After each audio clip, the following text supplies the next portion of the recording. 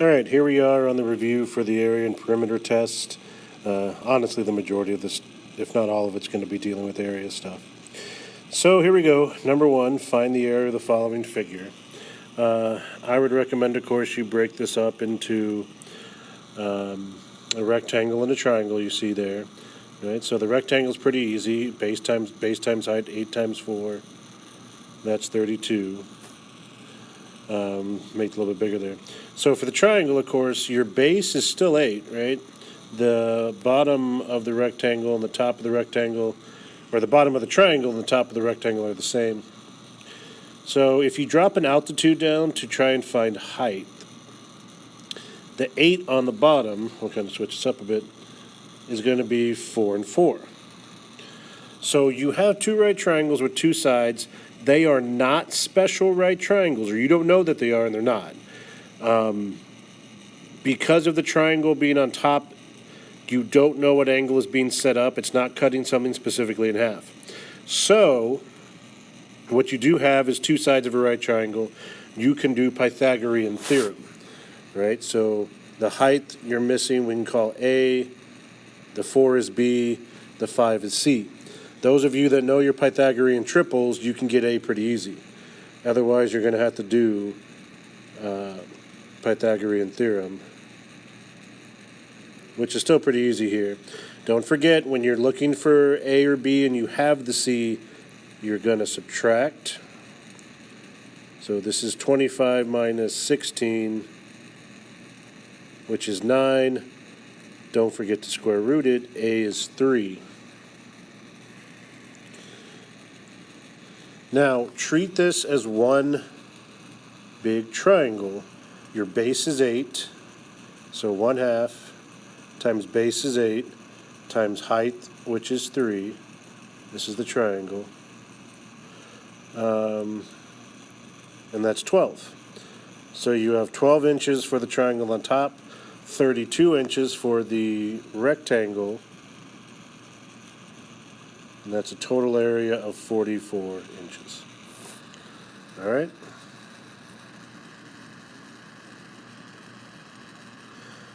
Number 2. Circle C with diameter DG is shown in the figure below. To the nearest hundredth of a centimeter, what is the area of a sector? All right, so first off, area of a sector formula, you'll have it for tomorrow. It's x over 360 times the area of a circle, pi r squared. Okay, you have your radius. You need x, which is the degree measurement of sector EF. So that's the sector, this slice right here. We need to find its area. You see over here you have a right triangle, or excuse me, a right angle measurement, and this is 20. If DG is a diameter, then half this circle is 180. So this cuts it out half to 90, and this 20, you're going to get 90 minus 20, which is, of course, 70. So the degree measurement you're looking for here is 70. So now it's 70 over 360 times pi times 8 squared. For a problem like this, you should have your calculator. So you just plug it in, and you should get rounded off 39.1 centimeters squared. You'll have the formulas tomorrow, so all this should not be that difficult. 3, find the area of the triangle. There's a lot of problems on this where there's a hard way to do it, there's a simpler way to do it. I want to tend to look at the easier way, also so you can see what makes it easier. Here, you have a triangle. Obviously, this is the base. You need to find a height. Now, it's a 45, 45, 90 to begin with. You can see that. But also, when you break it up to the two little ones, the little ones are 45, 45, 90 also. Now, because the whole base is 8, that's 4 and 4 when you cut in half. And if you look at your formula charts on the 45, 45, 90, those two sides should be congruent. So what's the height? 4, because these two have to be congruent, or even those two. So you have your base, you have your height. There's no more work to do. Put it in the formula.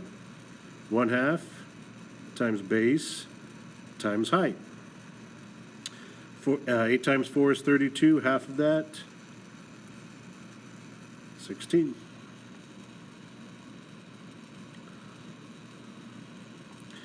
Number 4, what is the area of the quadrilateral? 4 congruent sides.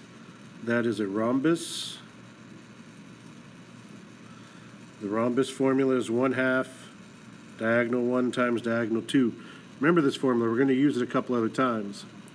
So that's 12. That means this is also 12. And if that's 15, that's 15 as well. So if you want, diagonal 1 is 30. Diagonal 2 is 24. It doesn't matter which one you call which. And then just formula.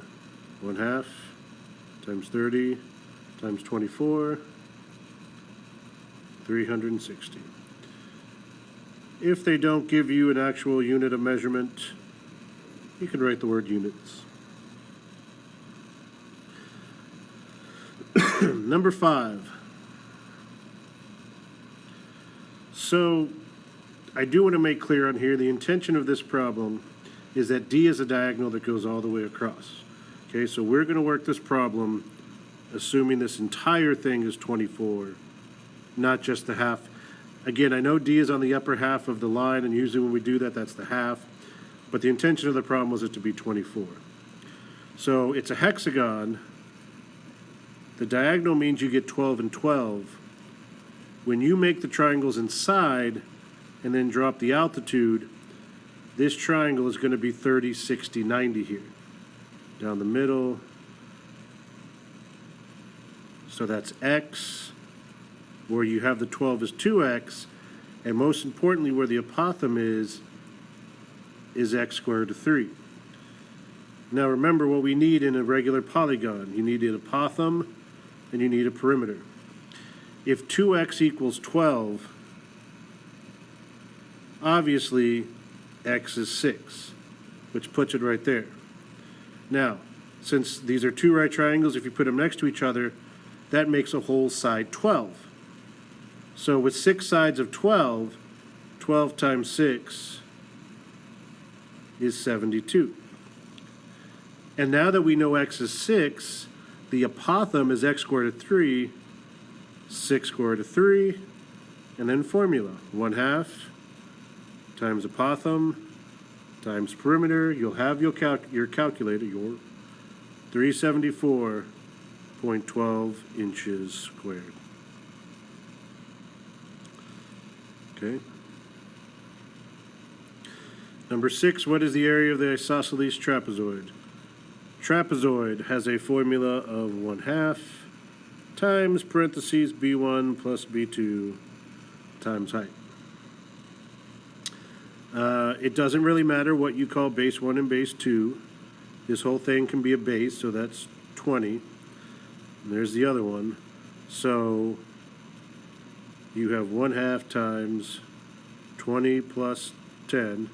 The height, you see over here, they're telling you this is a 45, 45, 90 right triangle.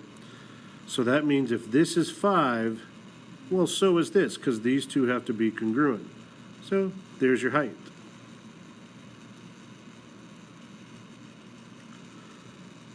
So multiply it out. 20 and 10 is 30, times 1/2 is 15, times 5, 75 square units. Again, once you have formulas, a lot of this is pretty easy. Number 7, a square is inscribed in a circle with a radius of 7 inches. That means from the center to the circle is 7. That also means, in reference to the square, half a diagonal is 7. Now, I understand that as a square, you're thinking base times height or side squared. And given a diagonal, you're going to have to do some pretty complicated special right triangle to get a side length. But let's not do that. Let's work smarter, not harder. A square is a rhombus. Okay, and we said earlier that the rhombus formula is 1/2 diagonal 1 times diagonal 2. Well, look, and I'll make this a little bit bigger. If the half is 7, the full diagonal here is obviously 14, and in a square, the diagonals are going to be congruent. So how about we just do 1/2 times 14 times 14 instead of all the other complicated math we would have to do, and it's 98.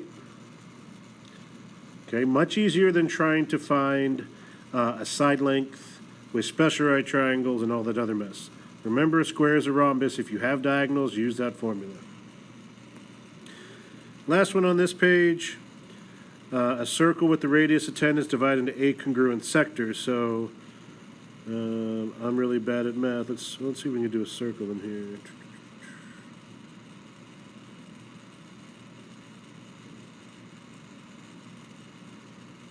Hey, look at me cheating. And then we'll do some more cheating and make lines. Hey, close enough.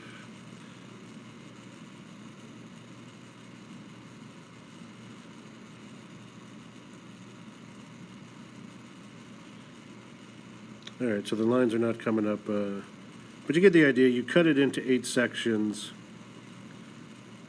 which is the generic way that, you know, pizzas and pies are usually cut. Let's pretend all those lines go all the way. So there are 8 congruent sections, and we really didn't need this to show the math. I just wanted the picture as an example.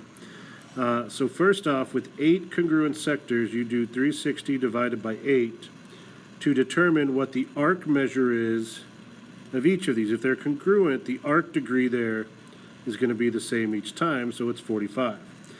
The formula for area of a sector we used earlier, x over 360 times pi times radius squared. Problem tells us that the radius is 10, meaning from the center out, right, that's 10. You square that, and just put that in the calculator. Should get approximately 39.27, and there you go. So, a little bit longer on this one. The problems have to use the formula, but you'll have the calculator for the majority of them except for those first 4, and you'll have the formula chart the whole time. All right, so go over to page 2 for the back.